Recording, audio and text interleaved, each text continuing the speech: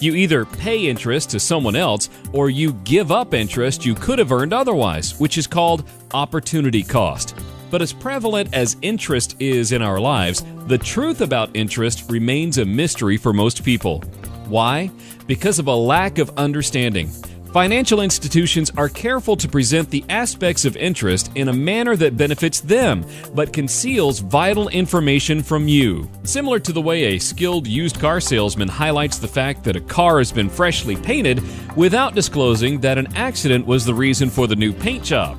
In the next few minutes, we're going to dig deeper to uncover the rest of the story, so you'll understand interest at a whole new level.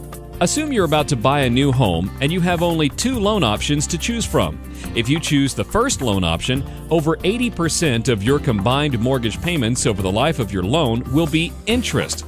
If you choose the second option, you'll get a standard 30-year fixed-rate loan with an interest rate of only 6%. Which of these 2 loans would you choose?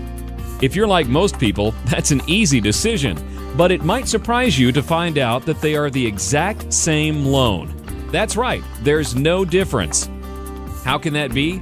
Consider this. If you were to get a 30-year 6% fixed-rate mortgage for $250,000, you'd end up making payments of almost $540,000, which is about $290,000 of interest, or 54% of your combined payments. However, this assumes that you keep that same loan for all 30 years. But how likely is that? If you're like most people, you'll end up buying a new home, moving, or refinancing before the 30 years are up.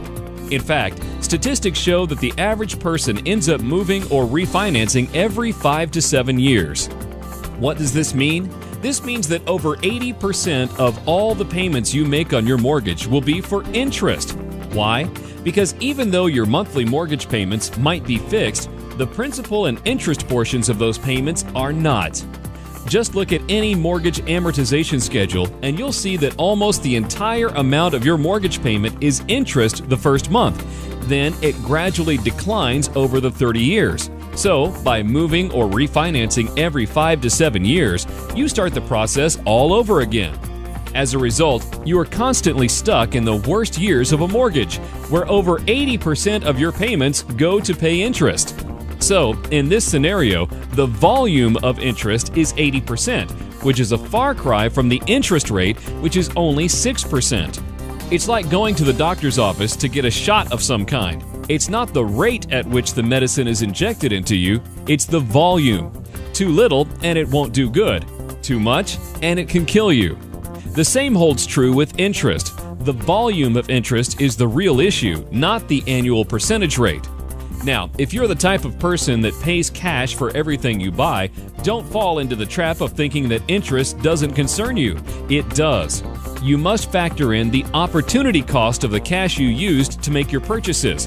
The question to consider is this: if you had not spent that money, how much interest could it have earned for you?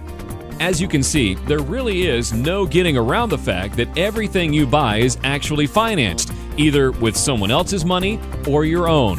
By looking at the volume of the interest instead of just the rate, and by factoring in the true interest costs for all purchases made, whether paid for by credit or cash, you are beginning to think like a banker. So, congratulations! Now that you're thinking like a banker, you will soon be in a position to stop supporting the employees and shareholders of other banks and finance companies through all the interest you're paying to them, and instead use that money to support you and your family. You'll soon discover that becoming your own banker will prove to be one of the wisest decisions